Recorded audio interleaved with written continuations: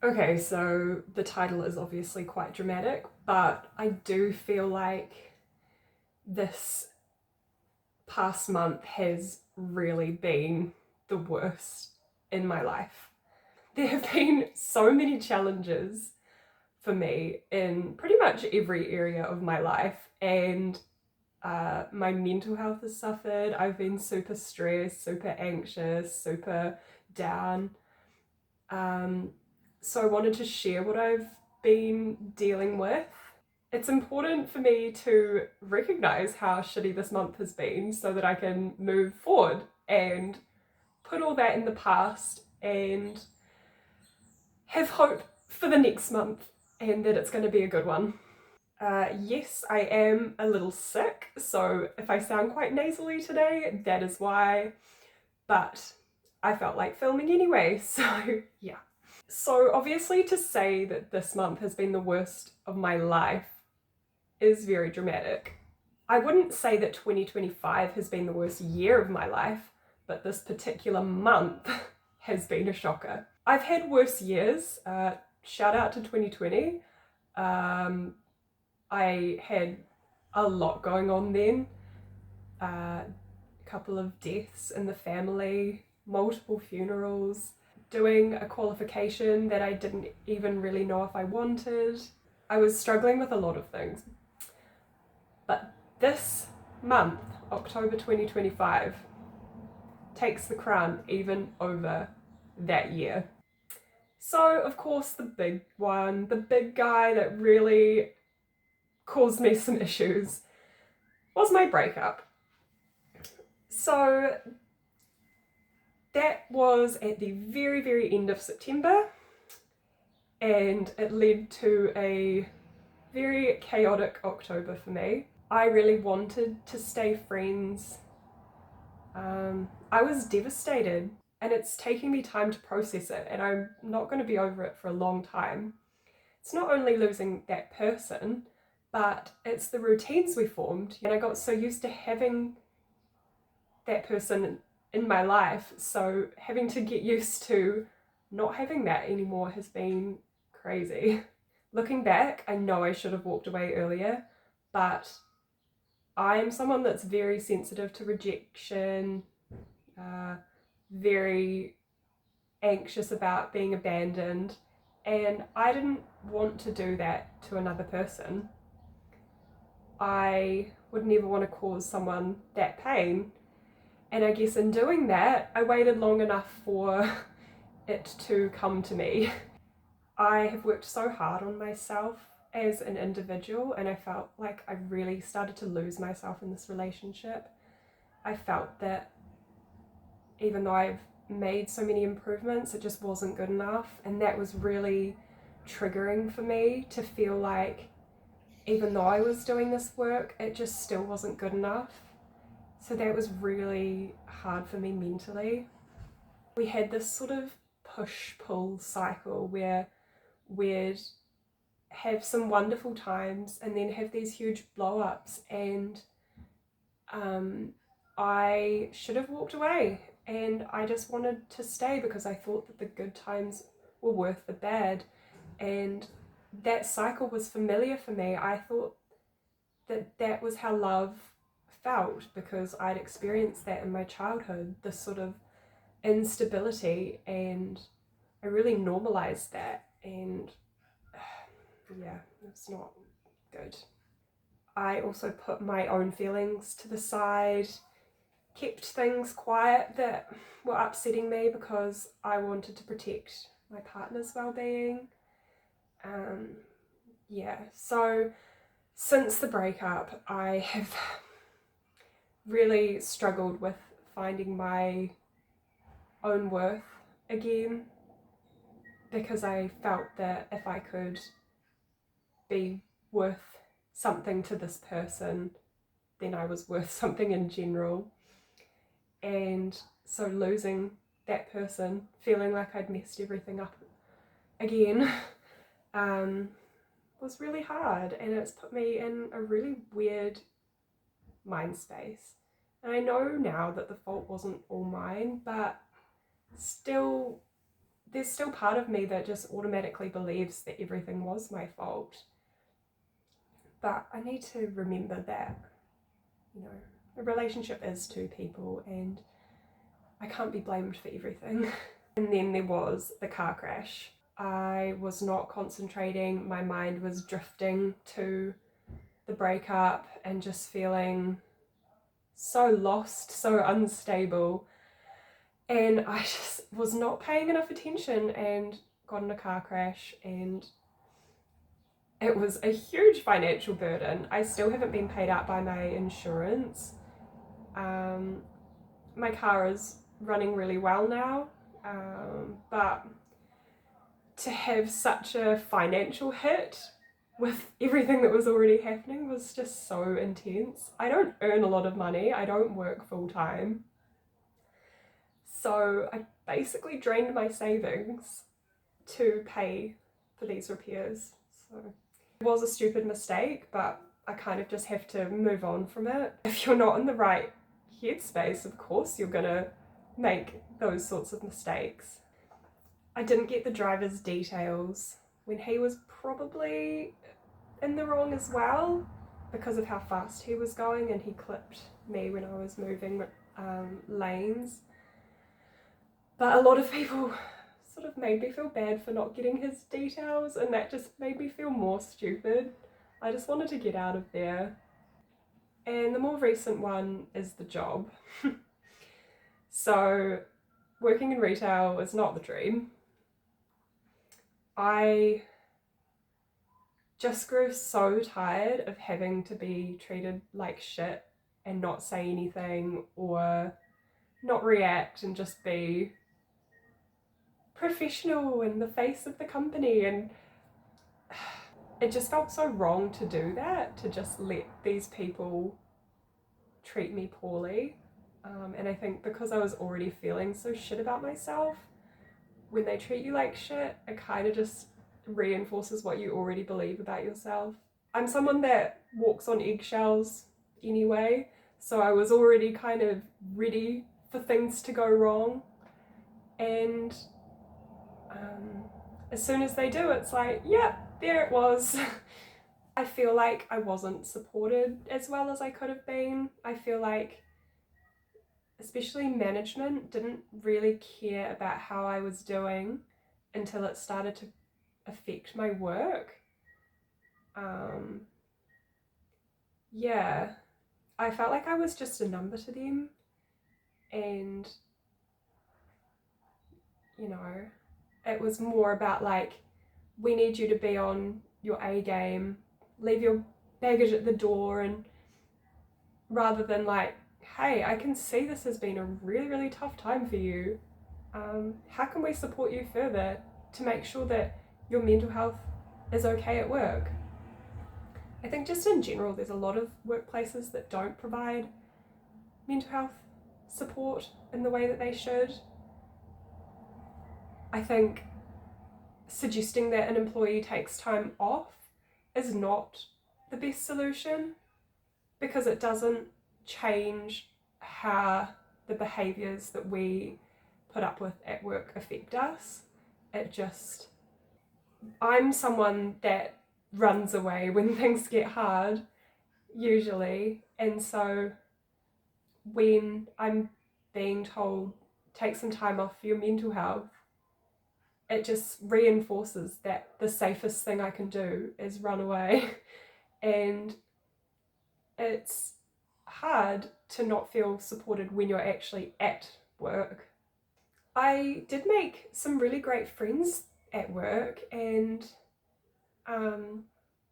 a goal of mine when I started working there 3.5 years ago was to maintain really positive relationships with everyone that I worked with, because even if the customers are shit, which they are, if you have those positive relationships with your co-workers, it doesn't feel so horrible. But for the last few weeks, I really did feel like those relationships were starting to strain. I didn't feel like they had my back or supported me. And I really did feel like I was just going through everything alone. I had really tried to form these bonds with people so that they would understand you know, what was going on for me, and I understood what was going on for them. But at the end of the day, it just seemed to be yet another bitchy, gossipy workplace, and I'm really sad about that because I tend to burn bridges and I didn't want to burn bridges when I left here, um, but it seems to have ended that way, and I'm really sad about that. So, yeah, those are the three main things, but I want to talk more generally about my mental health. So, since the breakup, I've really had to learn how to be alone. And I don't mean just having alone time, having my introvert time, I mean alone.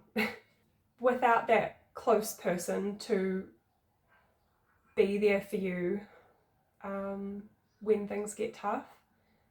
It's made me have to learn how to really look after myself and not go into my cave and disappear from people's lives. I'm having to learn to sit with discomfort. You know, it's really easy when you're with someone to push that all aside and just try to enjoy those happy moments. But that means you're not really dealing with those feelings. So a lot of feelings have been coming up for me. Um, yeah, feeling quite worthless, just not being able to share things that I'm working on with anyone. I'm kind of like, what's the point in what I'm doing? Um, yeah, I just feel like I've really suffered. I feel a bit like I'm a horrible person sometimes, which I can understand intellectually isn't true, but when things go wrong, I turn on myself, and that's just how my behaviours have been since I was younger, because when things went wrong, it was always my fault. And so, of course, now I'm going to believe that to be true. I've been speaking to my psychologist quite deeply about emotional regulation, which is something I've really struggled with. I'm really quick to anger, quick to get upset, and we've spoken about co-regulation between a baby and a caregiver. And I had parents that probably weren't regulated, and a baby picks up on that from very, very young because they rely on their parents to survive. And so, um, you know, the baby has to adapt to their caregivers' needs. They might try to be the best possible baby they can be, quiet and, you know, just not demanding of anything.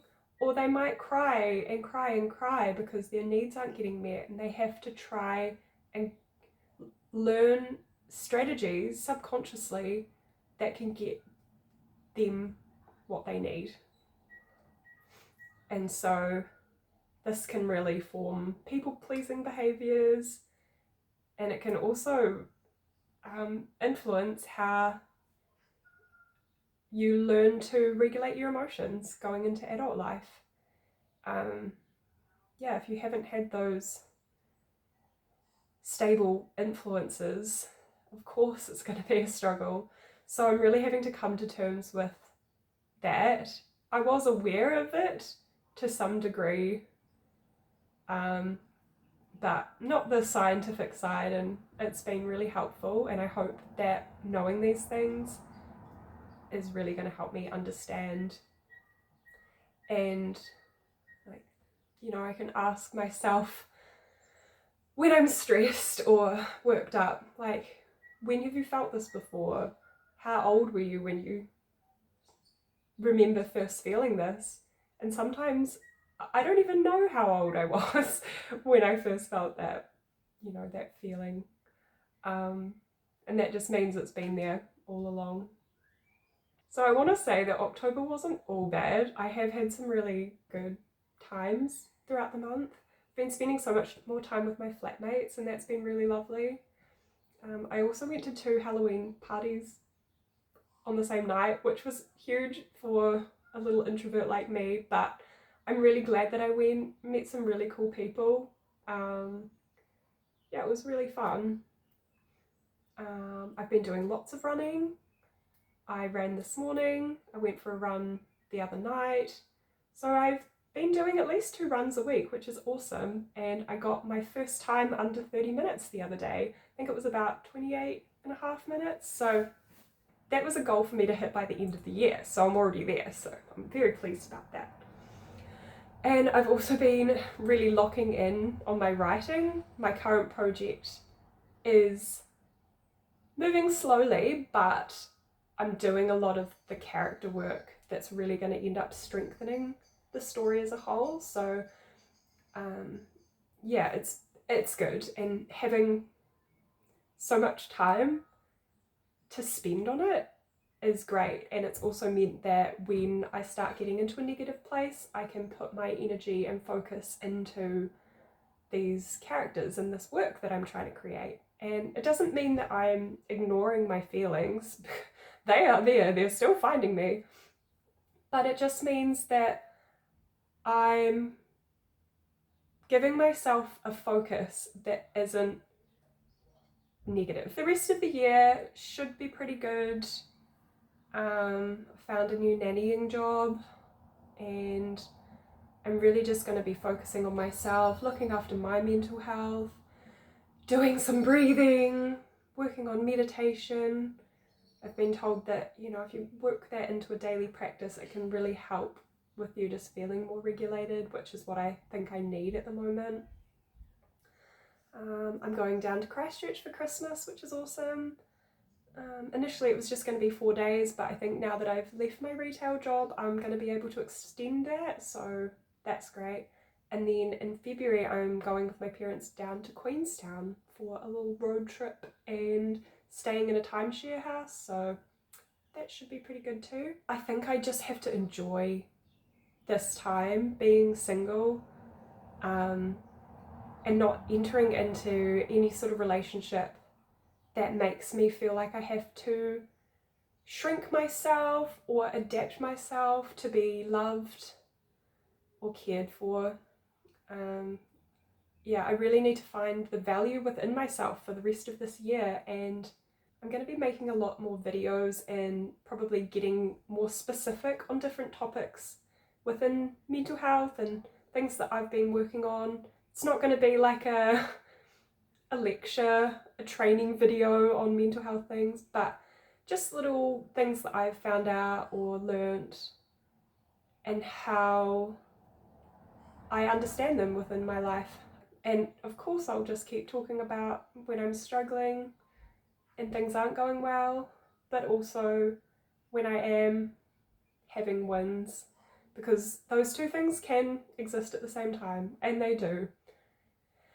So if you had a shitty October and maybe your November's not going too well either, I get it. Seems like a lot of people are really struggling at the moment. The world is pretty rough right now. Just gotta look after yourself. Yeah, take the time to care for yourself and understand that your past is always going to be there, but you don't have to let it affect your future.